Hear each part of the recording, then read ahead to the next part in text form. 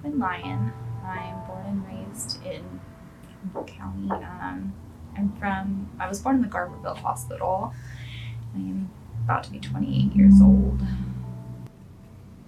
I came up here one fine day to sell my car. I was actually at Umpqua Bank. I was standing in line and I thought I was having contractions. At first we thought, oh, maybe they're just, some Braxton Hicks contractions. And all of a sudden I was like, no, these are full contractions. And I'm trying to sell my car while having contractions. Everyone in Umpqua is like, this lady's about to burst on the floor and have a baby. Me and my mom are rushing me to the hospital. I'm supposed to have my baby at Mad River. I can feel my son's head, pressing. And I'm literally in tears, so happy, because I've never gotten to feel this before. And all I wanted was to have a full natural labor. All we wanted was 2 kids. And what I wanted more than anything in the world was a little boy with blue eyes, because my husband's like the only one in his family to have blue eyes. And I just really wanted a little boy with blue eyes. Of course, that's what we got, was a little boy with blue eyes. I was misdiagnosed. I was told I did not have preeclampsia. So there I was at Umpqua Bank thinking I was having contractions. But what was really happening was my organs were failing and I was bleeding to death. I had lost my son sometime that morning. I had felt him moving that night, and even, that morning. And so I had no idea that he had passed.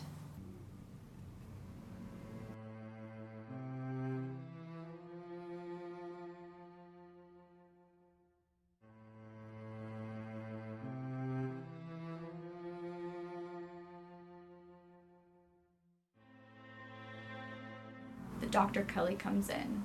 She was the surgeon that was on staff at the time, and she's I think you call it's not an alternating surgery, but she moves between hospitals, so she's not always there.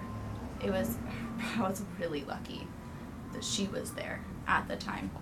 And she comes in and she looks me dead in the face and she was like, your baby doesn't have a heartbeat. No, your son has no heartbeat because your son has passed away. And I was just silent for a second on the phone because I was just thinking, and I just couldn't really breathe. And my mom was sitting there just crying her eyes out, and I just started screaming. And I don't know when the screaming stopped, but I was just screaming so loud. And the surgeon had to take the phone and talk to my husband and tell him what was going on. And then she started talking again, said, we're going to have to induce you because we have to get the baby out. We need to do some tests. They started running some lab tests. They said, you have full preeclampsia. It's, extremely developed. Your organs are failing. It's really involved, it's clear if that's what's happened. If we don't get him out of you and stuff, something really horrible could happen. They had gotten all my tests back. They had found out, and my husband had gotten here at this point. They realized that my organs were so far past that they couldn't do that. I was dying. I was bleeding to death. So they were and they had told my husband before, they were like, we have to induce her, we can't do surgery. It's way too risky to do surgery. We don't know if she'll survive surgery, kind of, And then after the test results came back, they were like, we're really sorry. We have to do surgery. But Dr. Kelly was amazing. She was so upbeat and just like this beacon of hope. And Dr. Kelly was so great. And if she wouldn't have been there, I would have died. There's no other surgeon, they said, that could have been there that could have saved my life. I was supposed to be under surgery for 30 minutes, and I was back there for 2.5 hours. I'm also rare blood type, And so when they cut me open, I had lost 3 liters of blood. Dr. Kelly was so amazing because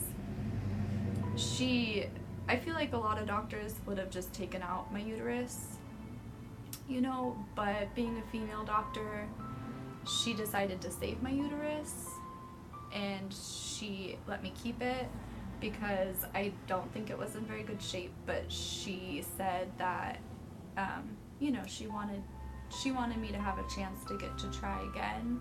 Coming in, I said, will you know, just kind of tell me like what went wrong, why this happened? And she drew up on this huge board, you know, everything, like how preeclampsia turns into a DIC and into HELP, and explained to me like how these things go wrong with your body, and just broke it down so I could understand. And you know, when they looked and examined my son's body, they explained to me, you know, what happened and how his umbilical cord detached and how he was completely healthy. There was nothing wrong with him. He was perfect. I was just happy that I was alive, but then they put him in my arms and he was so perfect. I don't think anyone's ever let someone keep their baby as long as they let me keep him, but no one wanted to take him from me, and I didn't want to give him up, so I got to keep him for 6 whole days. But the idea of anything happening to that OB unit, if it weren't for that OB unit, I wouldn't be here. When I heard that some of those nurses might lose their jobs, like, it literally tore me apart. I didn't get to take my baby home, but I wouldn't have gotten to go home.